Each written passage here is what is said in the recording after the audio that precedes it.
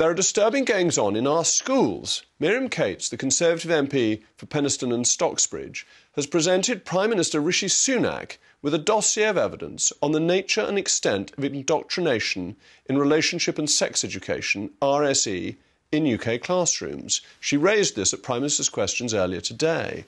The material is alarming, and Mrs Cates is here with me now to discuss the details and what can be done to address this issue. Miriam, you raised this with the Prime Minister today. You've given him a dossier. Do you want to set out what the problem is as you see it? Yes, so I think since the new relationships and sex education framework was introduced 3 and a bit years ago, there's been an alarming rise in questionable material that's being used in schools, both of an extreme sexual nature, but also kind of indoctrinating in political contested ideologies like gender ideology and things like that.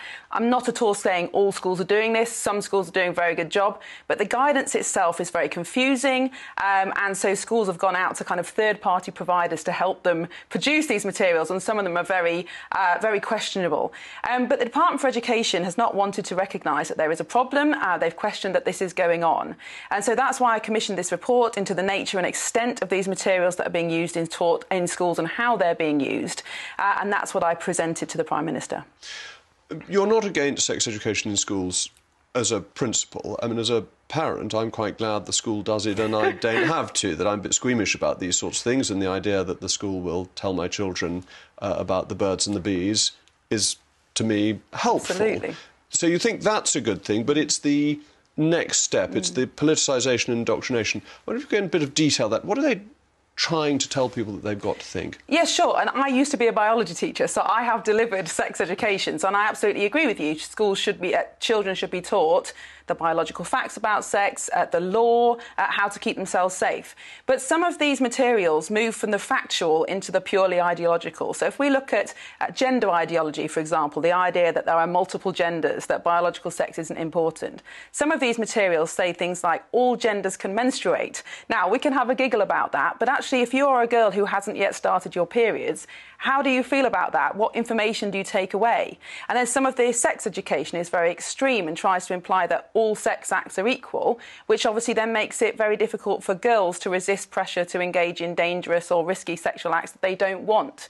So it's this kind of blurring of the boundaries between biological sex and actually quite extreme political ideas. And this is particular pressure on girls who are made to believe that everything that is asked of them is a reasonable thing to request. It's much more that way than applying from girls to boys. Exactly. Well, and I think, unfortunately, the kind of pornification of our culture through the internet puts a lot of pressure on girls to say yes to things that they really don't want. But instead of teaching girls that it's fine to say no, it's fine to say, no, that's not normal, I don't like it, actually in some classrooms they're being taught that all these different sex acts can be a normal part of someone's sex life, and failing to mention that actually children under 16 can't consent to sex anyway, it's against the law.